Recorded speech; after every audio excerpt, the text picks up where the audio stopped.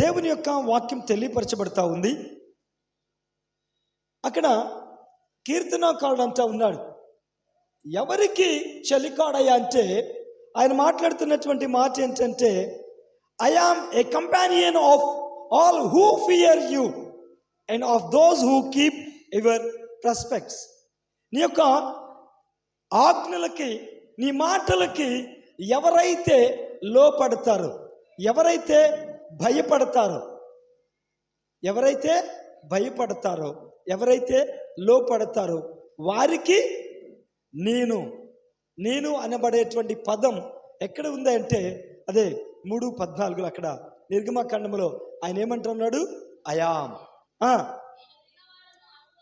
నేను ఉన్నవాడను అనువాడనై ఉన్నానని.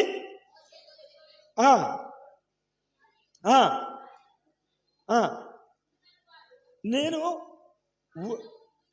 ఆయన నుండునను వాడు మీ యొద్దకు నన్ను పంపెనని. చాలండి. అక్కడ అయాం, నేను, దేవుడే డైరెక్ట్గా ఆయన మాట్లాడుతూ ఉన్నాడు. అయాం అంటే నేను.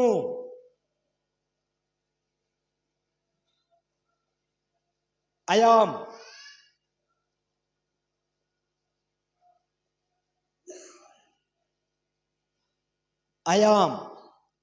I am the door of the sheep. నేనే ద్వారమును, గొర్రెల దొడ్డి ద్వారమును నేను. I am the true vine, నేను నిజమైనటువంటి ద్రాక్షవల్లిని. I am the light of the world, నేను లోకమునకు వెలుగై ఉన్నాను. I am, he is the lord. ఆయన మాట్లాడుతున్నటువంటి, దేవుడు మాట్లాడుతున్నటువంటి ఐ ఆమ్, నేను తెలుగులోకి వచ్చేసరికి క్వైట్ ఆపోజిట్లోకి వెళ్ళిపోయింది. అంతసేపు నెట్టడం దేనికి, గారాబం సంఖ్యను ఎక్కించుకోవటం దేనికి, కింద ఎట్టడం దేనికి. దేవుని యొక్క వాక్యం తెలియపరచబడతా ఉంది.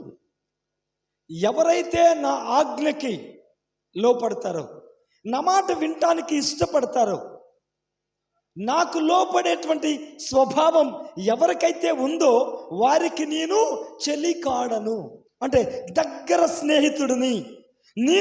వారు ఇరువురము కలిసి ఉంటాం. నేను వారితో ఉంటాను. ఐ ఆమ్ విత్ యు, నేను నీతో ఉండేటువంటి వ్యక్తిని. దేవుడే మనతో ఉండటానికి ఇష్టపడతా ఉన్నారు. దేవుడు మనతో ఉండటానికి ఇష్టపడితే మనము దేవుని సన్నిధికి రావటానికి, దేవుడు మనతో ఉండటానికి ఇష్టపడితే మనము దేవుని సన్నిధికి, అనగా ఆయన ఉన్నటువంటి నివాస స్థలానికి, ఆయన ఆత్మ పనిచేసేటువంటి ప్రాంతానికి, ఆయన యొద్దకి రావటానికి మనము ఇన్ టైంలో రాగలుగుతున్నామా? మనము దేవునికి ప్రాధాన్యతని ఇవ్వగలుగుతున్నామా? మనము దేవునికి ఎంత మట్టుకి ప్రాధాన్యతని ఇస్తూ ఉన్నాం? దేవుడు ఏమో ఎప్పుడు నేను నీతో ఉండటానికి ఇష్టపడతా ఉన్నాను, నేను నీతో ఉండటానికి నేను ఇష్టపడుతున్నాను అంటున్నాను. నేను నీతో ఉండటానికి నేను ఇష్టపడుతున్నాను. హూ ఫియర్ ద వన్, ఎవరైతే నా మాటలని, నా యందు భయభక్తులు కలిగి ఉంటారో, నా త్రోవలలో నడవటానికి ఇష్టపడతా ఉంటారో వారికి నేను చెలికాడను, వారికి నేను ప్రాణప్రియుడను, వారికి నేను దగ్గర స్నేహితుడను, దగ్గరగా ఉండేటువంటి. మీకు సహజంగా మీకు తెలుసు, రాణి పక్కన చెలికత్తులు ఎప్పుడు ఉంటారా, లేకపోతే ఆవిడ వదిలేసేసి వీళ్ళు పక్కన ఉంటారా? ఎప్పుడు ఉంటారు. చెలికత్తులు ఎప్పుడు తను అంటుకొని వెన్నంటే ఉంటారు. దేవుడు అంటున్నాడు, I am with you always, నేను ఎప్పుడు నీతో ఉండేటువంటి వ్యక్తిని. ఇప్పుడు తెలుగులో చూద్దాం ఆ వాక్యాన్ని. నీ యందు భయభక్తులు గల వారందరికీ నీ ఉపదేశములను అనుసరించు వారికి. ఇక్కడ ఒక్క నిమిషం ఆగు. నీ ఉపదేశాలు కమాండ్మెంట్స్, నీ కమాండ్మెంట్స్, నీ యొక్క ఉపదేశము, నీ యొక్క స్క్రిప్చర్, నీ యొక్క వాక్యము, నీ యొక్క ఆజ్ఞ, వీటన్నిటినీ కూడా వినటానికి ఎవరైతే ఇష్టపడుతున్నారో అయామ్, నేను నీతో ఉంటాను, నేను నీతో ఉంటాను. నీ ఉపదేశానికి ఇష్టపడితే, నేను నా ఉపదేశం నువ్వు వినటానికి నువ్వు ఇష్టపడినట్లయితే, నా మాట వినటానికి నువ్వు అంగీకరించినట్లయితే, నాతో నువ్వు ఉండటానికి నువ్వు ఇష్టపడినట్లయితే, నీకున్నటువంటి ప్రాబ్లం ఏదైనా సరే, నీకున్నటువంటి అవసరత, నీకున్నటువంటి అక్కరత ఏదైనా సరే, నీ బలహీనత ఏదైనా సరే, ఇట్స్ గాన్, వెళ్ళిపోతుంది. Praise the lord. ఆయన క్లియర్గా చెప్తా ఉన్నాడు, ఆయన మనతో మాట్లాడుతూ ఉన్నాడు. మనం ఏంటంటే ఆయనతో, ఆయన మాటకి, ఆయన వాక్యానికి లోపడే స్వభావం మనకి రాదండి.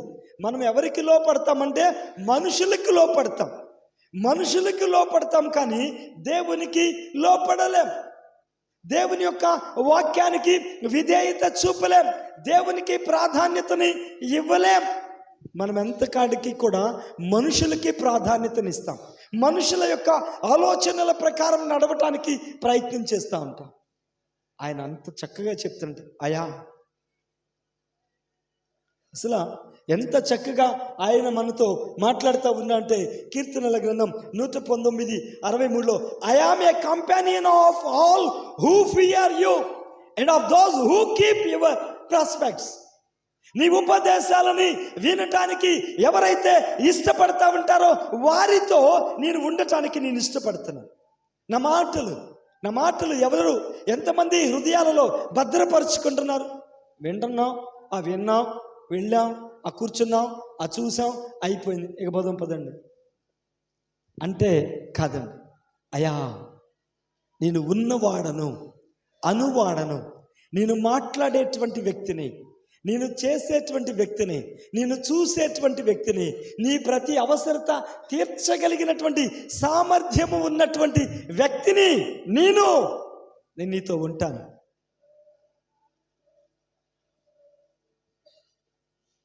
నేను నీతో ఉండటానికి నేను ఇష్టపడుతున్నాను.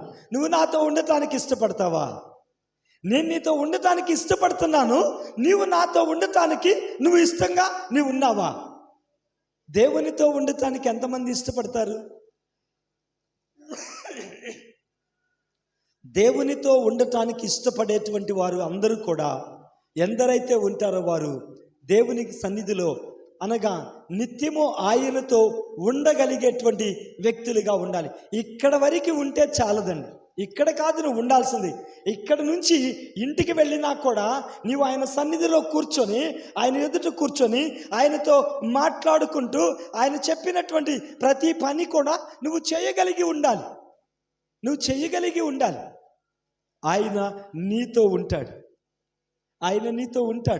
ఆయన పని నువ్వు ఆయన మాట వినటానికి నువ్వు ఇష్టపడాలి. ఆయన మాట వినటానికి, ఆయన వాయిస్ మనకి వినపడినా, ఆయన దర్శనం ద్వారా మనకి చూపించిన, ఆయన కళ ద్వారా మనకి తెలియపరిచిన, అప్పటి వరకే మనం వింటాం.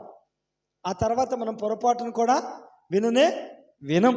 ఎందుకంటే విన్నట్టుగా నటించేటువంటి స్వభావము మనకి ఉంది కనుక.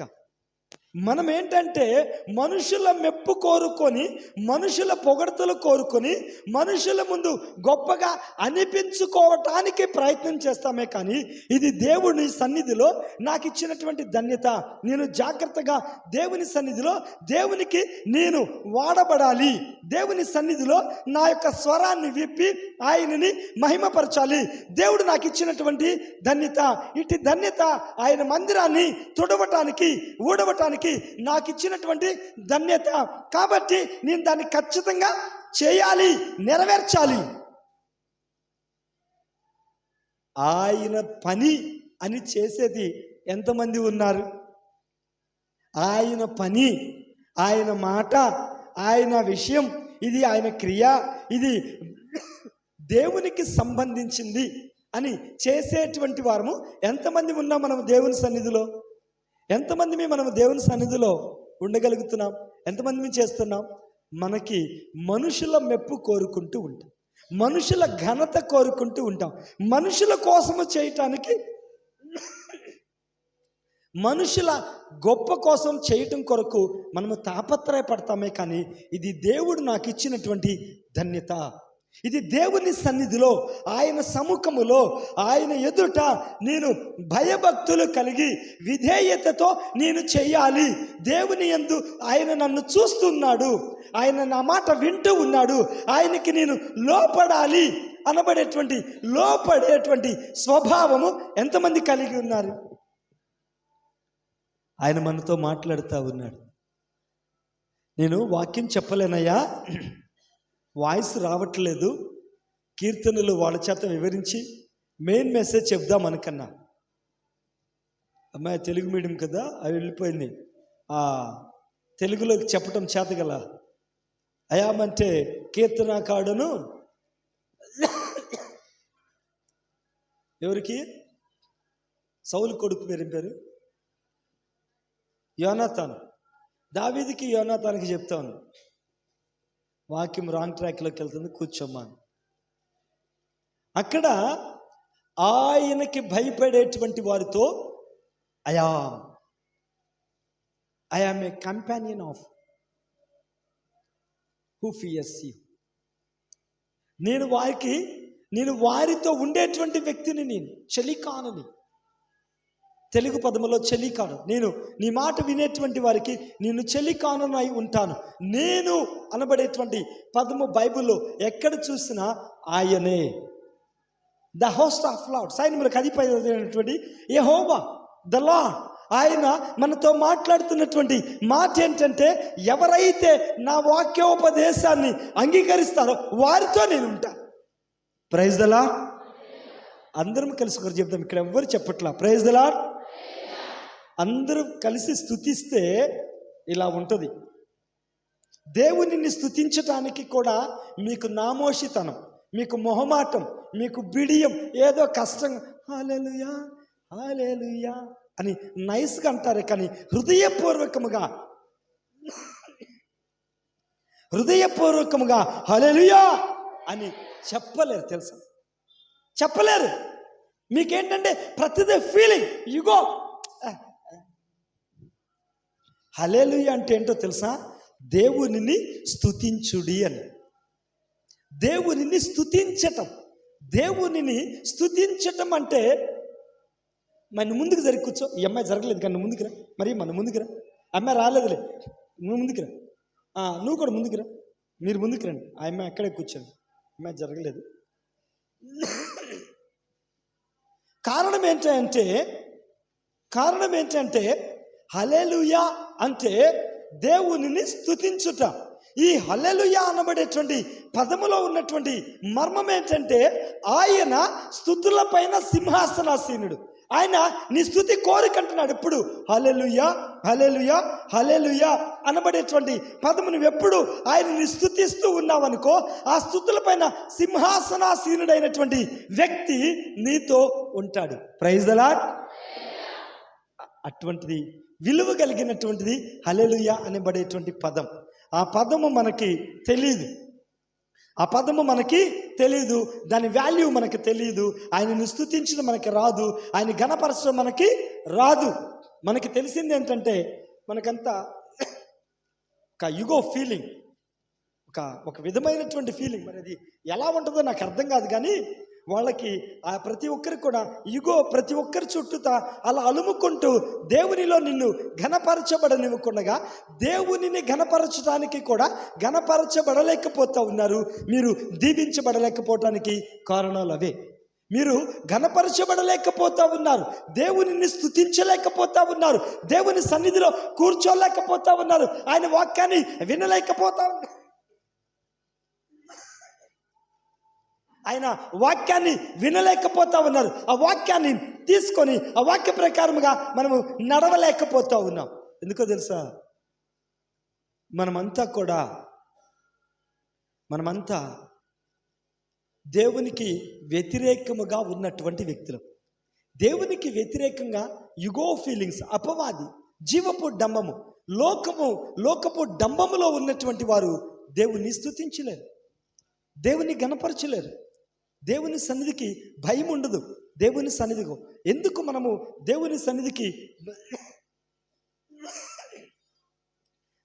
సన్నిధిలో మనకెందుకు భయం ఉండదంటే, దేవుడు మనం ఎక్కడ దీవించబడతామో, మనం ఎక్కడ ఆశీర్వదించబడతామో అని అపవాది ఏం చేస్తుందంటే ఒక విధమైన ఫీలింగ్లో మనల్ని నడిపిస్తూ ఉంటుంది.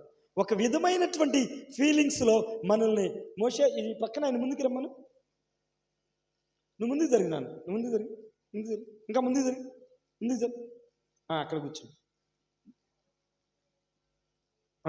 అట్లా కూర్చో.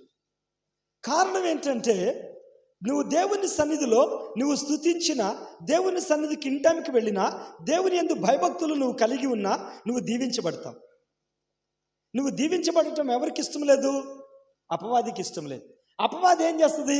నీకు తెలియకుండా నిన్ను ముసుగు వేసేసి ప్రార్థనకి వెళుతున్నావు కదా, ఆ ప్రార్థనకు వచ్చాంగా, ప్రార్థనలో కూర్చున్నావు, అయితే సరేలే ఎప్పుడు వెళ్ళిపోదామా బయటికి, ఎప్పుడు బయట చూద్దామా, ఎప్పుడు బయట తిరుగుదామా, ఎప్పుడు బయటికి వెళ్ళిపోదామా, ఎవరి మాట వాళ్ళదే ఉందిలే అనేటువంటి ఫీలింగ్స్లోకి మిమ్మల్ని బలహీనపరుస్తోంది.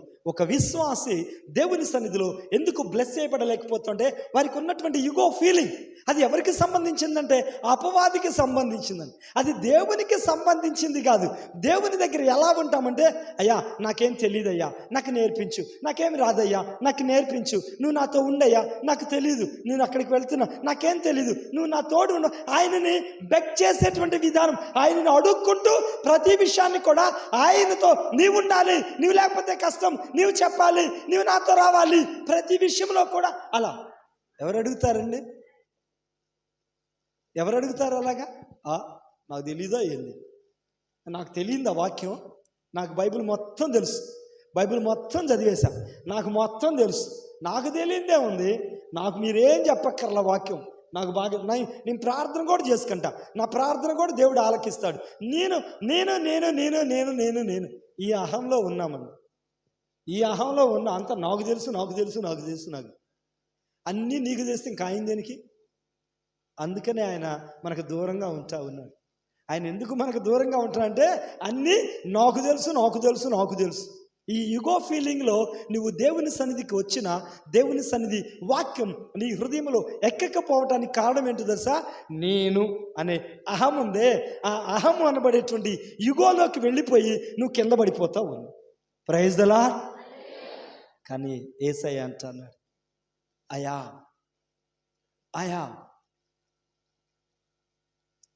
I am a companion of all who fear you. ఎవరైతే నీ యొక్క ఉపదేశానికి నీకు ఎవరైతే లోపడతా ఉంటారో, and of those who keep your precepts, నీ యొక్క ఉపదేశాన్ని భద్రపరుచుకొని నీ మాటకి లోపడేటువంటి స్వభావము ఎవరికైతే ఉందో, ఐ యామ్ విత్ యూ, నేను నీతో ఉంటా. నేను ఉన్నవాడను అనువాడను. నేను ఆయన మాట్లాడుతున్నటువంటి మాట ఆల్మైటీ గాడ్ మాట్లాడుతూ ఉన్నాడు. ఆల్మైటీ సర్వ సృష్టిని సృష్టించినటువంటి సృష్టికర్త, నాకు అసాధ్యమైనటువంటిది ఏది లేదు అనినటువంటి వ్యక్తి ఆయన అంటూ ఉన్నాడు, నేను నీతో ఉంటా అంటే మనకు ఆయన అక్కర్లా, మనకెవరు కావాలి? మనకు మనుషులు కావాలి.